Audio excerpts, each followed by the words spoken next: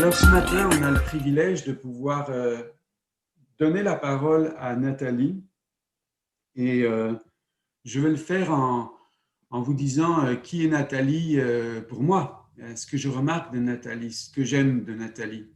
Nathalie, si je devais la définir, c'est une femme, tout le monde l'avait remarqué, mais si je devais la définir, femme, ça commence par F, alors je vais garder 4 mots en F, ça n'a rien à voir avec vos mots grossiers anglais, pas du tout, mais pour moi c'est une boussole. Quand je pense à Nathalie, je pense fondation, des fondations théologiques. Quand Nathalie parle, pour elle, il faut qu'il y ait de la théologie. Je peux vous dire, elle m'a envoyé les notes de ce message avant de le prêcher. Je ne lui ai pas exigé, mais elle le souhaitait, puis c'est très profond. Et quand je vois tout ce qui est en arrière, vous allez entendre la partie visible de l'iceberg de son message, mais la recherche qui est derrière, le souhait de profondeur. Nathalie aime les fondations théologiques et je trouve ça magnifique. Ce que j'aime chez Nathalie aussi, c'est sa fragilité d'artiste. La fondation, c'est sa solidité, son côté artiste, c'est sa fragilité. Et il y a solidité, fragilité en même temps, mais cette âme d'artiste, cette créativité-là est quelque chose de très beau et très complémentaire. Alors ça, c'est les deux côtés nord et sud de la boussole, mais si je vais à l'ouest, ben là, je trouve un petit grain de folie. Si vous écoutez chez Nathalie son TikTok et ses petites vidéos de temps en temps, quand elle chante sur ses machines à laver, quand elle fait des petites choses, elle a un petit grain de folie qui la rend attrayante, séduisante, puis j'aime ce grain de folie-là qui permet à la vie d'être plaisante et souriante. Puis enfin, le quatrième côté, c'est la famille.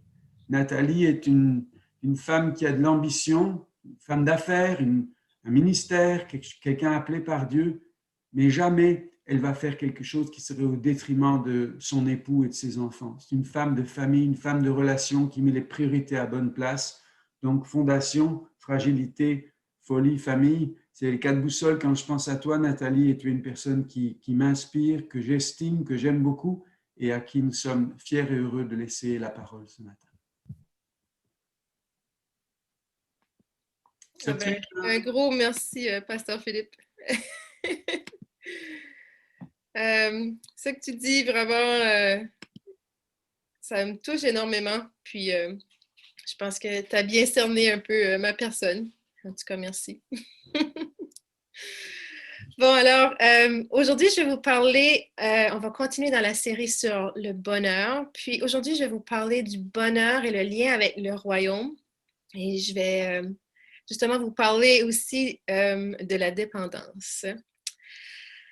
Dès le début de notre marche chrétienne, ou dès qu'on ouvre la Bible, on remarque des paradoxes. Pasteur Philippe l'a mentionné la semaine dernière. Puis vraiment, on voit des paradoxes comme celui-ci, qui est l'ultime paradoxe. Jésus qui est descendu, qui est Dieu, qui est descendu sur la terre, qui était pleinement divin et pleinement humain. Pour moi, ça, c'est un merveilleux paradoxe. Puis c'est des choses qui sont illogiques si on les regarde avec les yeux du monde. Mais dans la sagesse profonde de Dieu, ce sont des choses qui sont imprégnées de sa sagesse, justement. Il y en a plein de ces paradoxes-là dans la Bible. Puis, parmi ces paradoxes-là, on pourrait compter les béatitudes. Parce que les béatitudes, c'est 3 parties. Il y a 3 parties dans les béatitudes. Les béatitudes, on les trouve premièrement dans Matthieu 5. Il y en a aussi dans Luc. Mais il y en a quelques-unes, je ne sais même pas combien, je pense que c'est 9, 7 ou 9. Pasteur, tu pourras me dire après le message. Je ne les ai pas comptés. Mais elles prennent ce format-ci. Heureux. Puis après ça, ça mentionne une qualité qui est louable. Puis après, genre comme heureux ceux qui ont le cœur pur. Heureux ceux qui ont soif de la justice de Dieu. Heureux, comme on va voir aujourd'hui, les pauvres d'esprit. Après ça, ça nous mentionne une bénédiction qui est reliée justement à la vie en Dieu, justement. Comme heureux ceux qui ont le cœur pur, ils verront Dieu. Alors, c'est vraiment cette forme-là que ça prend. Puis, aujourd'hui, on va regarder ce verset-ci, qui pour moi est un paradoxe quand on le regarde. Heureux ceux qui se reconnaissent spirituellement pauvres, car le royaume des cieux leur appartient. C'est un paradoxe parce que, OK, je comprends le lien entre heureux et le lien royaume, mais parce que j'aimerais bien rentrer dans un palais ou dans un royaume, c'est beau, mais comment est-ce que c'est connecté à ça, de dire que si on est spirituellement pauvre, on est heureux? Alors, vraiment, c'est quoi la pauvreté d'esprit ou être spirituellement pauvre? Ben, ça dépend dans quelle version qu'on la lit, mais on voit que ce n'est pas des expressions on est habitué d'entendre. Dans Luc, on parle de juste de la pauvreté, mais dans Matthieu, on parle de la pauvreté d'esprit. OK?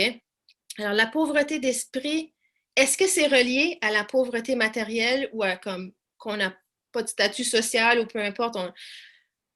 C'est pas relié directement à ça, sauf qu'on doit l'admettre que quand on est limité dans nos ressources, que c'est plus facile de réaliser qu'on est limité.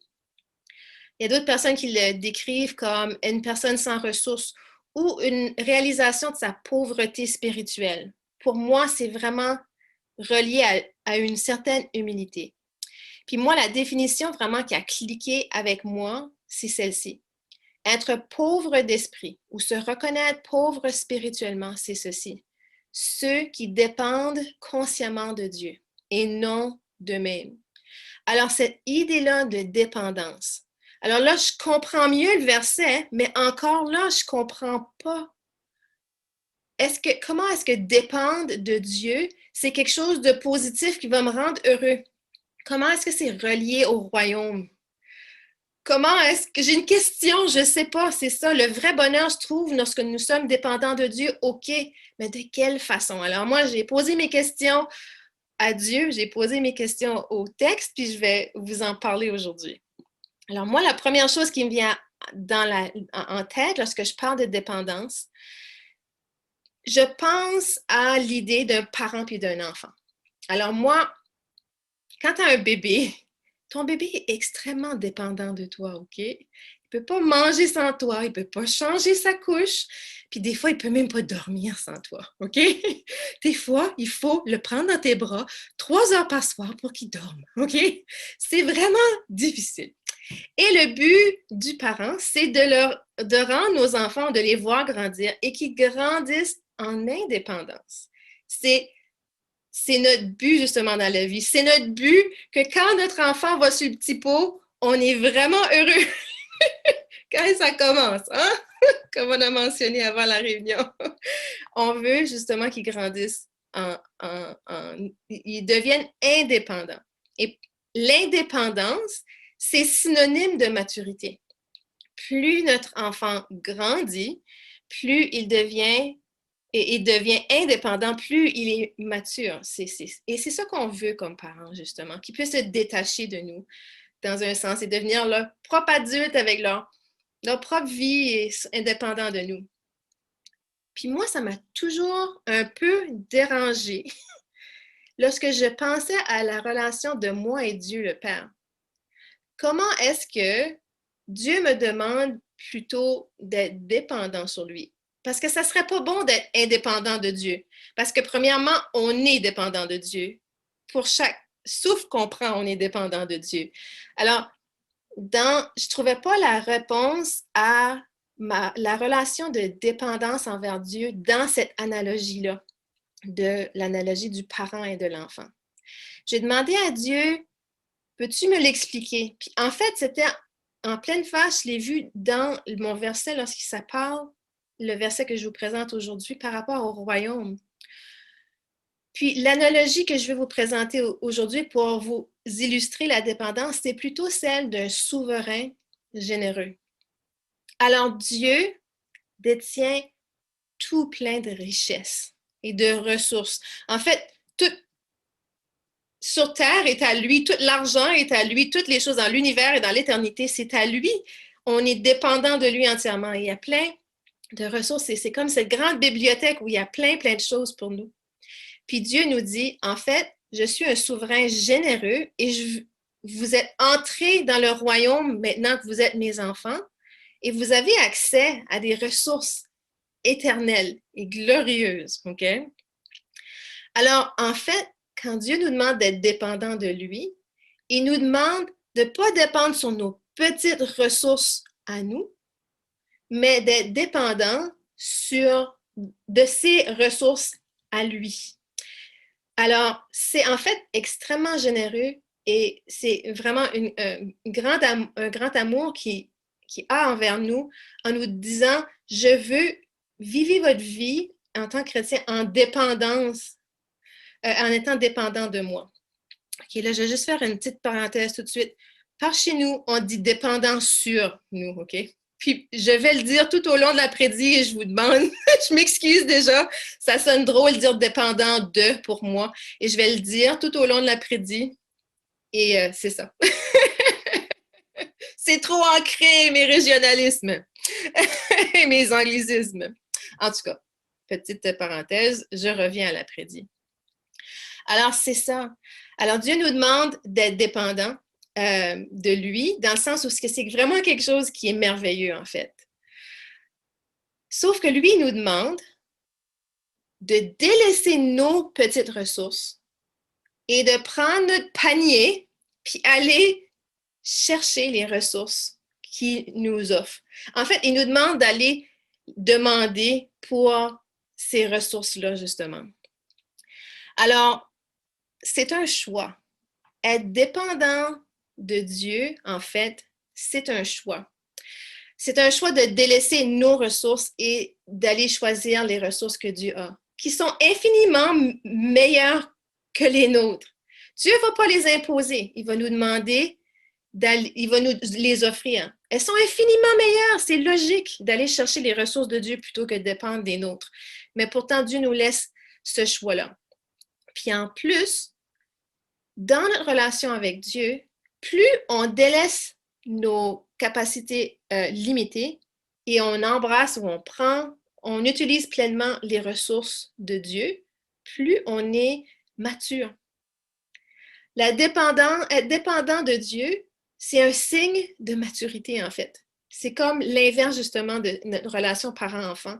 Dieu veut qu'au fur et à mesure qu'on marche dans notre marche avec lui, qu'on devienne de plus en plus dépendant de lui. Et c'est quelle joie que d'être dépendant de Dieu. Quelle joie d'être dépendant de Dieu. Parce que toutes les richesses du royaume ou les richesses qu'il nous offre sont à notre portée, justement. Alors, c'est un signe de maturité. Puis là, je vais faire une petite parenthèse. Il est possible de commencer notre marche chrétienne. Mais premièrement, quand on donne notre vie au Seigneur, n'est-ce pas avec une grande pauvreté spirituelle qu'on doit approcher le Seigneur? N'est-ce pas lorsqu'on entre dans le royaume où on donne notre vie à Dieu, c'est de dire, Dieu, j'ai rien en moi qui peut faire en sorte que j'atteigne le ciel. Il n'y a rien en moi qui mérite le ciel. Et Dieu, je dépends pleinement sur toi et sur la croix pour m'y rendre. Alors, la porte d'entrée pour le royaume, c'est à travers d'une humilité, c'est à travers d'une réalisation de notre pauvreté spirituelle. C'est-à-dire, j'ai zéro ressource ici pour me rendre au ciel et c'est toi, Jésus, qui est le chemin pour se rendre au ciel. Alors, la porte d'entrée est cette pauvreté spirituelle. Pourtant, après, Dieu nous laisse encore le choix dans nos activités de tous les jours de soit prendre nos ressources limitées ou prendre les ressources éternelles de Dieu. Et c'est possible quand, mettons comme là, j'ai des capacités quand je suis jeune en enseignement, OK? Mais là, avec mon expérience, puis à force de grandir dans le Seigneur, j'ai un petit peu plus de ressources personnelles. Et c'est là le danger que je devienne dépendante de mes ressources qui semblent, qui ont grandi, mais qui ne sont pas les ressources de Dieu. Alors, en vieillissant, puis en grandissant dans le royaume, c'est possible de délaisser les ressources de Dieu et se retourner à nouveau vers nos ressources limitées. Et de là, c'est possible, même en vieillissant, de devenir de moins en moins mature. Plus on devient dépendant de nous-mêmes plutôt que Dieu. Mais en tout cas, alors c'est un paradoxe, c'est quelque chose de tout à fait différent pour moi d'imaginer, justement. Alors, Maintenant, ces ressources-là, là, elles n'ont pas été achetées à un petit prix. Jésus est venu sur la terre. Jésus, Dieu, est venu sur la terre. Il est mort sur la croix. Puis maintenant, il est ressuscité et il est assis à la droite de Dieu le Père.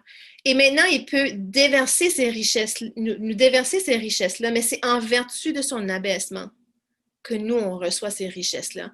Mais quelle richesse, comme la vie éternelle, la puissance pour faire certaines choses, justement, pour le royaume, pour lui. On reçoit la liberté, le bonheur, l'huile de joie. On reçoit plein de choses en Dieu.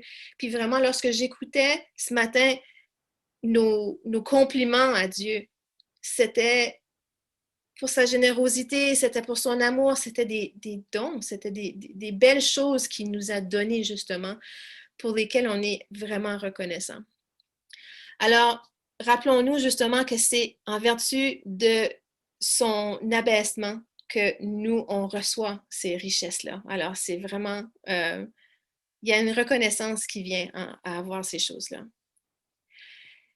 Un verset qui m'a vraiment touchée, c'est celui-ci.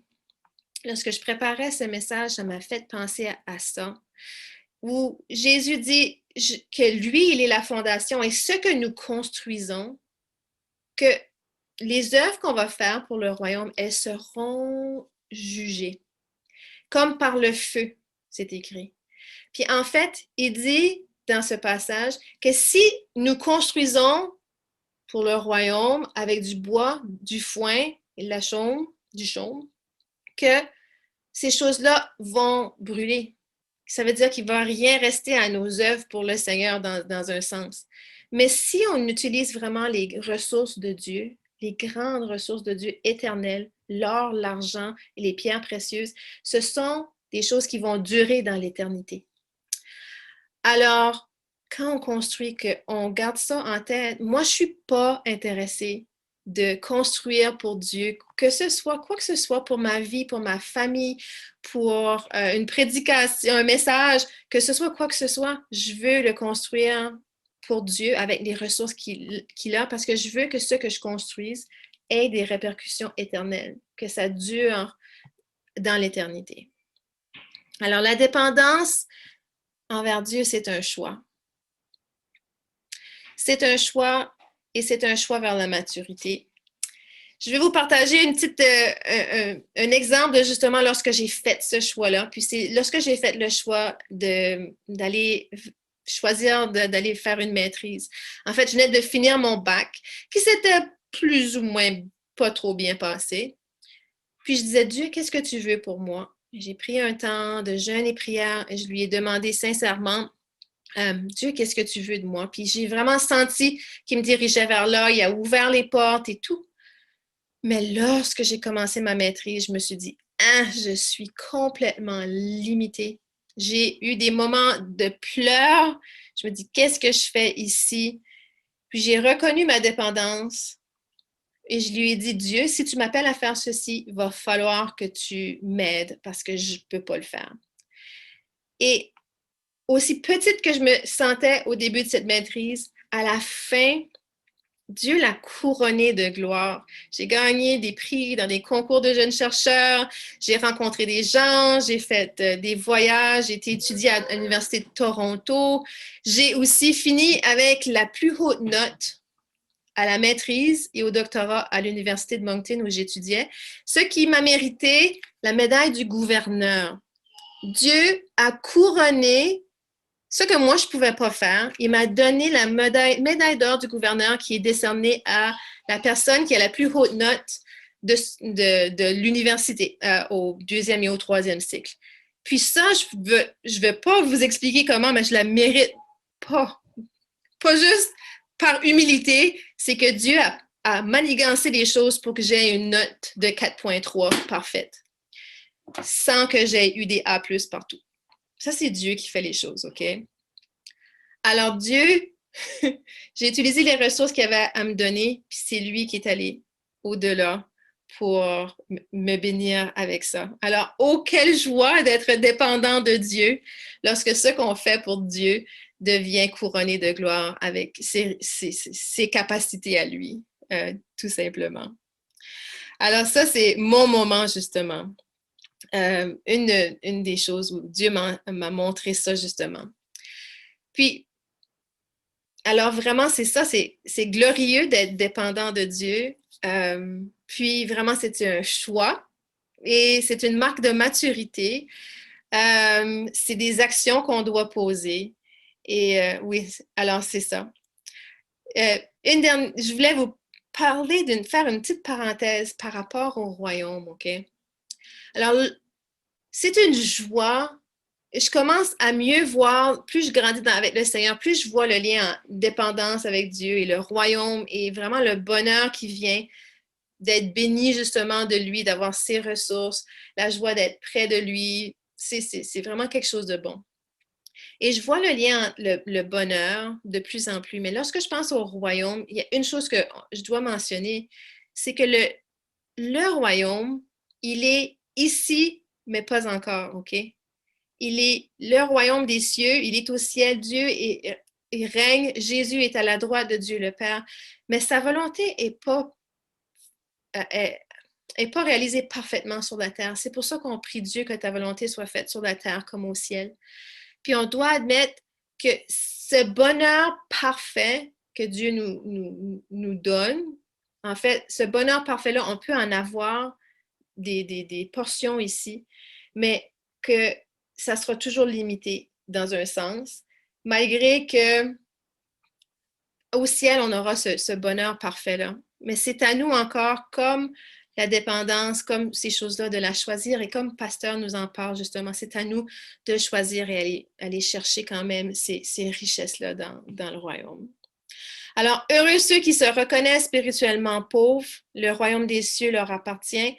Pour moi, ça fait du sens. Maintenant, la question que je me demandais, c'est maintenant, comment devenir pauvre d'esprit ou comment Dieu nous montre, comment Dieu nous fait grandir dans cette pauvreté d'esprit ou de reconnaître qu'on est dépendant justement de lui. Alors, pour moi, c'est deux choses. Dieu nous montre qu'on est dépendant de lui au fur et à mesure qu'on grandit dans notre marche avec lui. Et Dieu aussi, parfois, nous le rappelle. Alors là, je vais vous demander bientôt de me partager des choses, des expériences dans votre vie où Dieu vous a montré que vous êtes dépendant de lui. Et peut-être qu'il vous a couronné de gloire, comme avec ma fameuse médaille du gouverneur, que je vais vous mentionner un peu plus tard. Je vais vous en reparler un peu plus tard. Ou soit que c'est encore, c'est ça, qui vous a montré que vous êtes dépendant d'une façon ou d'une autre. Alors, pensez pendant que je partage ces petites histoires ici, alors, moi, pour vous parler justement de comment une des façons que Dieu m'a montré que je suis dépendante de lui, en fait, c'est quand j'ai fait mon bac. Moi, j'ai étudié au bac en éducation. Puis, en éducation de la maternelle 4e année, c'était ça ma spécialisation. Puis, à la fin de mon bac, j'ai fait mon stage. La première fois que j'ai enseigné, l'enseignante avec qui je faisais mon stage m'a dit « Nathalie, on dirait que ça fait des années déjà que tu enseignes. Tu enseignes si bien. » Pourtant, à la fin de ce stage-là, elle voulait que je sorte de sa classe. Je ne vous expliquerai pas tout ce qui est arrivé. Et j'ai échoué ce stage-là. Ce qui m'a carrément brisé le cœur. Et même dans mon implication à ce moment-là, j'étais impliquée, j'enseignais aux enfants à l'éducation chrétienne. Puis ça m'a vraiment brisé le cœur. Puis je me suis dit, Dieu, je pensais que j'avais ces dons-là en enseignement. Je pensais que j'avais ça. Puis Dieu m'a dit, oui, mais ces dons-là, il faut que tu me les remettes. Et il faut que ça que tu fasses dans l'enseignement, ou peu importe, que tu ailles puiser justement dans ces ressources-là. C'est à ce moment-là où je me suis aperçue plein de choses aussi. Je me suis aperçue aussi que la faveur que les gens peuvent avoir envers nous, que c'est un don de Dieu. Vraiment, il y a plein de choses que j'ai appris à ce moment-là. Et j'ai appris que j'étais dépendante même de Dieu, même pour les résultats justement comme ça, malgré avoir fait des choses pour Dieu. Puis, je suis contente, si je peux dire, pour ce moment-là où Dieu m'a montré que mon futur, mes plans dépendent de lui. Et ça fait des fois encore mal d'y penser et j'ai un peu honte de vous en parler.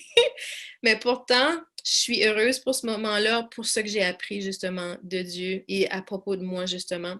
Et j'aurais pas voulu continuer toute ma vie en dépendance sur mes petites ressources à moi. Maintenant, je suis dépendante de Dieu. Mais encore là, et je vous partage une dernière histoire, puis après ça, je vous donne la parole. Encore là, des fois, Dieu, malgré m'avoir enseigné des choses, il doit me ramener à l'ordre, OK? Puis, il y a une fois, en fait, après avoir gagné la médaille du gouverneur, j'étais allongée sur mon sofa, OK? Et j'avais la médaille comme ça, puis je me disais, Dieu, c'est si merveilleux, comme je suis si intelligente, OK? OK? Je commençais à prendre la gloire pour moi. Et flau, j'ai échappé cette médaille vraiment qui est pesante sur mon front, OK? Puis Dieu m'a rappelé que je suis bel et bien dépendante de lui. Et David me dit que j'avais que j'avais une cicatrice sur le front. Moi, honnêtement, je m'en souviens pas. Je sais pas si c'est une amnésie sélective ou si c'est une vraie de vraie legit amnésie, OK? Mais je m'en rappelle pas. Sauf que j'ai compris le message de Dieu immédiatement. Où je me suis dit, Dieu, merci pour les capacités que tu m'as données. Et je reconnais, je te donne la gloire pour ce que tu as fait, Seigneur. Et c'est ça. Alors, c'était un petit rappel, justement, me ramener à l'ordre, justement. Et c'est ça. C'était ça mes deux petites histoires. Alors, la question que je veux vous poser en ce moment, justement, et vous pouvez ouvrir vos micros et y penser, me dire de quelle façon Dieu est-ce qu'il vous a déjà montré que vous êtes dépendant de lui? Et des fois, peut-être même de quelle façon Dieu vous l'aurait rappelé. Ça peut être, soyons bien honnêtes, au niveau de la COVID, Dieu nous a montré en tant que monde entier qu'on est dépendant de lui pour bien des choses. Ce qu'on pensait, on prenait pour acquis justement que ces choses-là, ce sont des dons de lui, des protections de lui, ainsi de suite, justement. Alors, est-ce que vous avez quelque chose à partager avec nous pour pas que je sois la seule qui a des histoires de médailles dans le front?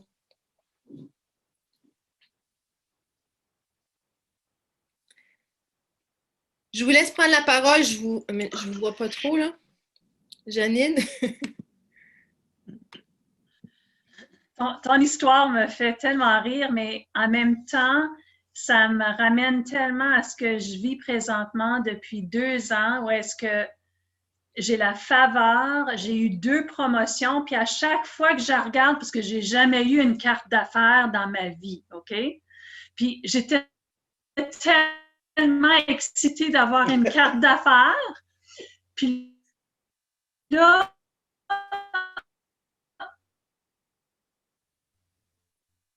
un an, Ça coupe. Est-ce que ça coupe pour vous aussi? Désolée.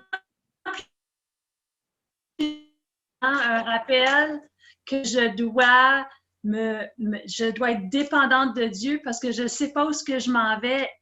J'ai pas fait d'université. Je sais pas. C'est comme une surprise à chaque fois.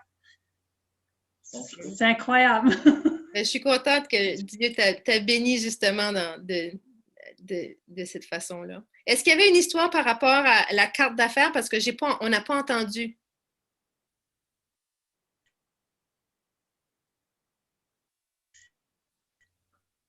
C'est que j'ai jamais eu une carte d'affaires. À chaque fois qu'on me posait la question, est-ce que vous avez une carte d'affaires? Je disais, non. Des fois, la honte un peu qui vient avec ça. Ben, on est contente pour toi, Janine. C'est bon. Pour avoir une carte d'affaires. Aïe. Est-ce qu'il y a quelqu'un d'autre? Théodora te dit merci, Nathalie. C'est vrai, ça fait rire en même temps. Je crois que Dieu est content avec nous quand on partage ce que tu viens de partager. il y a de l'humour dedans, donc ça fait rire. Et l'humour, c'est le même mot que l'humilité. Hein. Il faut de l'humilité pour avoir cet humour sur nous-mêmes. Merci. Si Je ne vous sais voulez pas partager votre je sais pas histoire, si je peux dire quelque chose. bien sûr. Vas-y, Théodora. C'est vraiment, moi, je n'ai pas besoin de dire beaucoup parce que je suis déjà dans un milieu qui me met toujours en bas. Et parce que quand nous enseignons, les parents, des fois, nous sont en train de nous dire que vraiment, il faut ça, il faut faire ci, il faut faire ça. Nous sommes toujours en train d'être évalués et réévalués. Donc, il n'y a pas vraiment, mais je pense que ça aussi, c'est une grâce que Dieu m'a faite dans ce pays parce que je ne dépends complètement de lui, parce que je n'ai pas d'autres ressources que lui. Donc, ça me ramène toujours à être là dans cette situation. Mais je remercie le Seigneur parce que sans lui, je ne peux vraiment rien faire. Merci Nathalie. Merci à C'est vrai que Dieu nous met des fois, on est dans des situations déjà où c'est facile pour nous de reconnaître qu'on est dépendant. Puis vraiment, être migrant ou être immigrant, c'est vraiment un endroit où on reconnaît notre dépendance, où tout est nouveau, même lorsqu'on doit aller quelque part, on doit parler une autre langue, puis on sonne comme si on n'est pas intelligent, puis on ne sait pas qu'est-ce qu'on dit, mais c'est pas notre langue maternelle. Même là, ces choses-là, ça nous rappelle que oui, nos capacités sont limitées. Mais c'est pas un mauvais endroit où être, justement, parce que Dieu peut agir encore plus facilement, on dirait. Merci, Théodora. Je vais raconter une expérience ou deux. Ça arrive, comme tu le dis, Nathalie, pour moi régulièrement, le Seigneur me place dans des situations où j'ai besoin de piqûres de rappel, donc je le fais. Mais à un des moments particuliers pour ça, enfin deux auxquels je pense, un, ça concerne nos ressources financières. Après notre école biblique au Danemark, on est revenu en France et la France est un pays qui prend beaucoup soin des gens sans emploi, donc ils allaient nous donner de l'argent. J'avais une épouse et deux enfants à ce moment-là. Après plus d'une année dans un pays étranger, je revenais dans mon pays. Puis là, j'ai eu une parole de la part du Seigneur. C'était: est-ce que tu es demandeur d'emploi ou est-ce que tu es en train de te former à mon service? Puis non, je me forme à ton service, tu le sais. Alors, tu vas écrire au gouvernement pour leur dire que tu renonces à ces prestations financières qu'ils te donnent. Puis je l'ai fait. J'ai écrit la lettre, mais j'avais peur. Puis moi, je fais toujours les choses jusqu'à 8/10. Parce que le dernier moment, je me dis, ah là, ça va être fort. Donc, j'ai écrit la lettre, tout était prêt, puis je l'ai posée dans une boîte à l'entrée de la maison. Et puis, Isabelle voit la lettre là, puis elle dit, elle la met dans la boîte aux lettres, puis elle est partie. Je dis, oh, Isabelle, qu'est-ce que tu as fait? Elle dit, tu l'as écrite pour de vrai ou pas? Puis, oui. Maintenant, ça veut dire qu'on n'a plus de ressources du tout. Puis là, effectivement, ils ont dit, on va aussi vous donner des allocations familiales parce que vous avez des enfants, donc des ressources montant chaque mois. Et je sentais que c'était un moment où vraiment, c'était un choix qu'on devait faire, pas toute la vie, et je ne le recommande pas à moins que Dieu vous le dise, mais on a fait le choix de renoncer à cette prestation-là. Comme ils refusaient, on a tout envoyé à l'Église persécutée dans les pays de l'Est pendant une année. Et vraiment, on s'est mis dans une situation de dépendance incroyable. Mais je peux vous dire, dans cette dépendance, le royaume des cieux est à nous. Parce que ça nous arrivait le matin, littéralement, prier: donne-nous aujourd'hui le pain de ce jour. On habitait en montagne, en Savoie, et dans des lieux où il n'y avait pas d'habitants. Et parfois, on avait un pain devant la maison. Maintenant, je sais qu'il y a des anges boulangers, sinon je ne l'aurais jamais su. Et parfois, ça nous est arrivé de recevoir. Un jour, c'était très, très difficile. On avait des larmes aux yeux parce que les enfants ont fini leur repas en disant: maman, j'ai faim. On avait des radiers, du sel. Et puis, le lendemain, il y avait dans la boîte aux lettres 2 chèques de personnes qu'on ne connaissait pas. Parce qu'on avait écrit aux gens qu'on connaissait pour leur dire qu'on ne voulait pas recevoir d'argent par pitié. On avait 2 chèques de gens qu'on ne connaissait pas. Puis c'est là, en juin 1980, qu'un pasteur âgé de Strasbourg, en France, est venu me trouver dans ma chambre, dans une conférence où on était. Puis, il ne connaissait pas, mais il m'a juste dit: toi là, j'aimerais que tu me donnes ton numéro de compte bancaire. Et ce monsieur, pendant 12 ans, nous a soutenus. Tous les mois, il y avait un chèque qui arrivait au courrier. Et c'est comme ça qu'on a pu commencer à être pasteur. Donc, c'était un moment où j'étais très dépendant, mais j'ai vu le royaume des cieux se déverser sur nous. Je garde toujours ça, et nos enfants aussi, comme un moment fort de dépendance. Et moi, ce que j'aimerais juste rajouter, c'est que le premier mois où l'Église nous a proposé un salaire, en tout cas à Philippe, eh ben, Monsieur Chance, ce pasteur, est parti au ciel.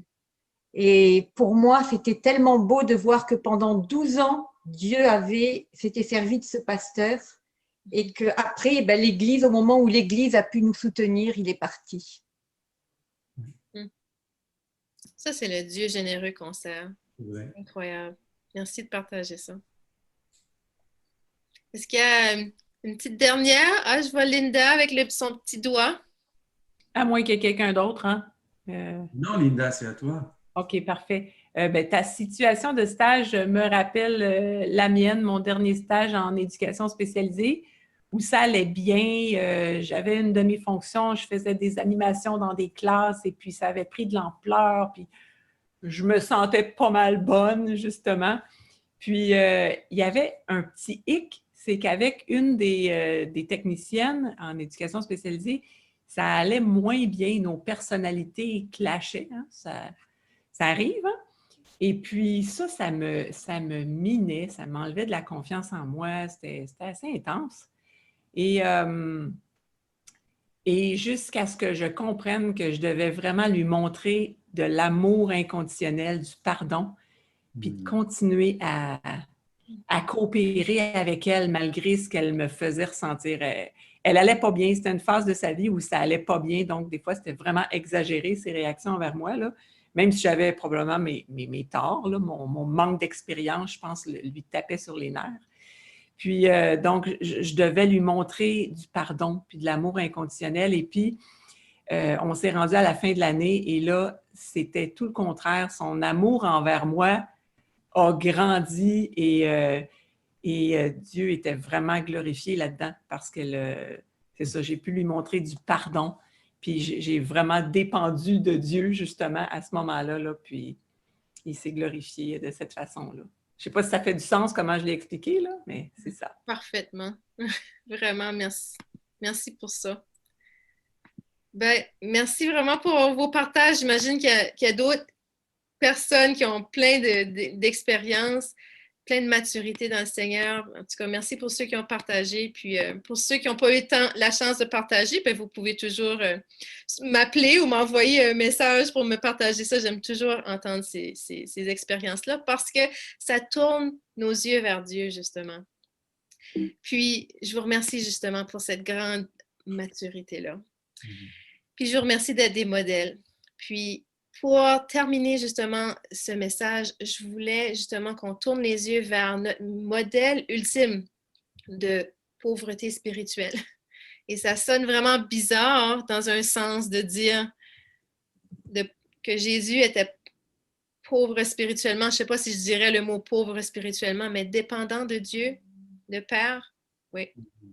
Jésus était dépendant de Dieu le Père, autant qu'il était 100% Dieu, il était 100% homme. Puis dans lui, c'est, comme j'ai mentionné, c'est le plus grand de ces paradoxes-là, justement, que lorsqu'il était sur terre, qu'il disait justement qu'il a obéi à Dieu, à Dieu le Père. Dans tout ce qu'il a fait selon la volonté de Dieu le Père. Il y avait une vie de prière intense ou belle, une relation avec Dieu le Père, où il entendait la voix de Dieu, où avant de prendre des grandes décisions, comme avant de choisir ses 12 disciples, il a passé la nuit en prière. Il avait vraiment une relation avec Dieu et il entend Dieu le Père, et malgré être Dieu, il s'est limité dans un sens, dans plus qu'un sens. Puis, il est vraiment un exemple pour nous que même si Dieu le Père lui a demandé d'aller mourir sur la croix, il y a un verset justement dans Hébreu, et je vais le lire ici, où Jésus a dit, où on dit de Jésus, parce qu'il avait en vue la joie qui lui était réservée, il a enduré la mort sur la croix en méprisant la honte attachée à un tel supplice. Est-ce que vous avez entendu le mot joie? En vue de la joie, Jésus a obéi à Dieu le Père et est allé mourir sur la croix. Et ce verset-là finit de façon glorieuse. c'est écrit « Et désormais, il siège à la droite du trône de Dieu ». Alors, c'est en vertu de ce que Jésus a fait sur la croix que nous avons accès à ces ressources. Et oh, quelle joie d'être dépendant de Dieu et de suivre le modèle de notre Jésus tant aimé, justement. Et j'ai vraiment cette impression-là. Je ne sais pas si on va avoir une couronne lorsqu'on sera au ciel. Je sais que ça dit que les 24 anciens ont des couronnes, puis ils les jetaient aux pieds de Dieu. J'ai vraiment l'impression que si on a une couronne, ou peu importe qu'est-ce qu'on pourra avoir au ciel, c'est tellement Dieu qui nous l'a donné, puis on est tellement dépendant de lui, puis on va le reconnaître encore plus pleinement. Et si on a une couronne, on va la jeter avec joie devant ses pieds parce que c'est lui qui mérite toute cette gloire. Alors, quelle joie d'être dépendant de Dieu et d'un Dieu justement, d'un souverain généreux qui nous offre les ressources du royaume.